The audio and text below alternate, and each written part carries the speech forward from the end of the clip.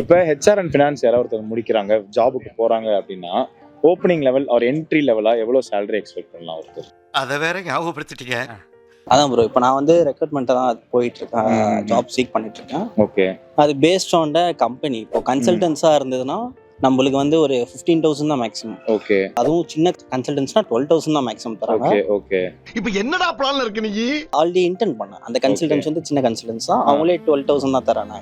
என் performance நல்லா இருக்கனால 15,000 தராங்க. ஓகே. ஆனா இன்டர்ன் ரோல்க்கே உங்களுக்கு 15,000 கொடுக்குறேன் அப்படின்னு. ஐ மீன் இன்டர்ன் பண்ணேன், அதுக்கப்புறம் அங்கேருந்து ஆன் ரோல் பண்ணும்போது ஓகே. ஓகே. அது ஓகே. பர்ஃபார்மன்ஸ் நல்லா இருந்தனால 15 தராங்க. கன்சல்டிங் ரோல்னா ஒரு 15,000 அந்த மாதிரி தான் 15 தான் வரும். ஓகே. ஓகே. ஒரு கம்பெனிக்குள்ளனா ஒரு 15 to 18 தான் நம்ம எதிர்பார்க்க போறோம். ஓகே. ஃப்ரெஷரா லெவலா. யா, ஃப்ரெஷரா நம்மளுக்கு அதுவே தரது பெரிய விஷயம் தான். ஓகே.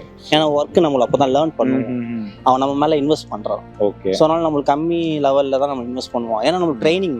ஆமா ஆமா ஆமா. சோ ஃபர்ஸ்ட் வந்து வர்க்க கத்துக்கிறது தான் முக்கியம். யா. Okay bro. கரெக்ட். ஓ இன்வால்வ்மென்ட் நான் பாராட்டேன். இந்த வீடியோ உங்களுக்கு பிடிச்சிருக்கும்னு நம்புறேன். இது போல இன்னும் நிறைய வீடியோஸ் பார்க்கறதுக்கு மறக்காம சுதேஷ் மித்ரன் சேனலை சப்ஸ்கிரைப் பண்ணிக்கோங்க.